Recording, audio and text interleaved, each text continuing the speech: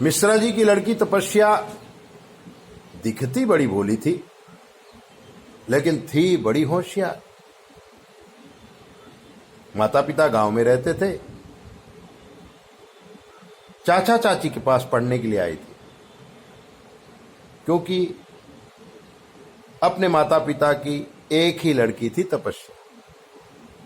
माता पिता किसान थे, गाय भैंस रखते थे। चाचा जी पढ़ गए थे तो कानपुर में नौकरी लग गई थी, और कानपुर में उन्होंने अपना मकान भी बना लिया था। चित्रकूट जिला के ही थे, बारंबार आते जाते रहते थे बुंदेलखंड एरिया, जिसमें थोड़ा हरियाणवी टच है, महोबा के आसपास आते जाते रहते थे।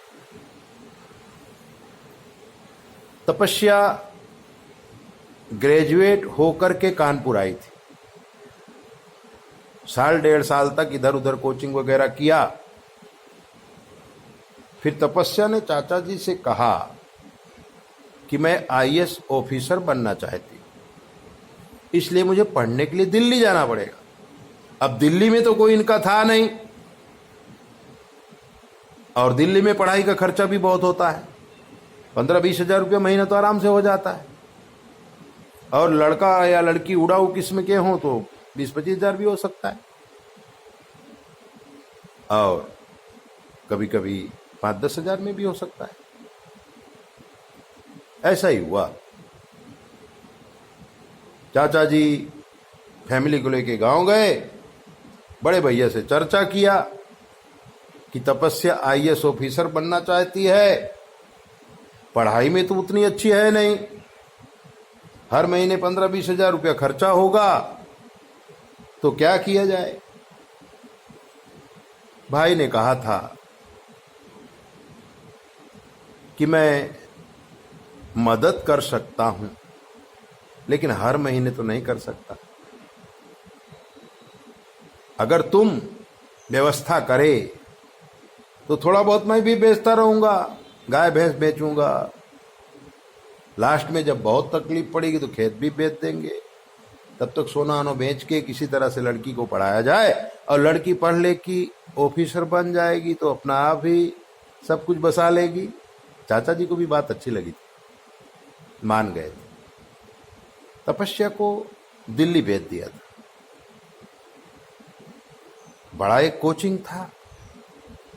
तपस्या हॉस्टल में रहने लगी थी, पढ़ाई पढ़ने लगी थी।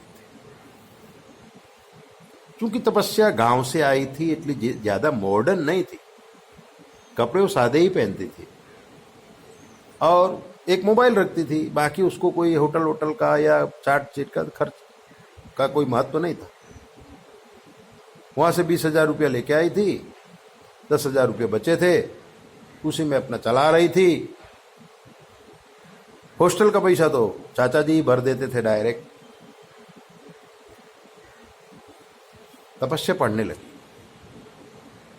पढ़ते पढ़ते डिग्री पास कर लिया, लेकिन किस्मत को जो मंजूर होता है वो होता ही है। तपस्या को शुक्र और सूर्य साथ में बैठे हुए थे, तो एक लड़के के साथ उसकी दोस्ती हो गई, और दोस्ती इतनी गहरी हो गई कि वो अपने चाचा जी के पास ले गई और कहा कि मैं शादी करूं। चाचा जी ने कहा कोई बात नहीं, पहले पढ़ाई पूरी कर ले, फिर शादी कर लेना। तब तपस्या ने कहा था कि शादी के बाद भी मैं पढ़ाई चालू रखूं। उसके हाव भाव से चाचा जी घबरा गए थे, वो समझ गए थे कि अब ये नहीं पढ़ेगी। उनका पैसा बहुत बर्बाद हो चुका था। उन्होंने समझाया, लेकिन वो समझी नहीं। यूट्यूब के माध्यम से चाचा जी हमको मिल गए, और उन्होंने अपनी कुंडली, तपस्या की कुंडली हमारे पास भेजा। जब हमने उसकी कुंडली देखी तो हमें लगा कि यार ये तो आईएएस ऑफिसर बन सकती है। गुरु चंद्र का गज केसरी योग है, लेकिन इसका जो मन विचलित हो गया है, किसी लड़के में लग गया है, वो शुक्र और सूर्य की वजह से है। हमने चाचा जी को कहा था कि इसका सूर्य और शुक्र एक ही घर में बैठा है, जिससे इसकी मानसिक संतुलन बराबर नहीं है, ये सही निर्णय नहीं ले सकती है। बोले गुरुजी क्या किया जाए? हमने कहा कानपुर से ही कोई अच्छे पंडित लो, शुक्र और सूर्य का अनुष्ठान कराओ, दान धर्म करो, अब लड़की को पढ़ने भेज दो।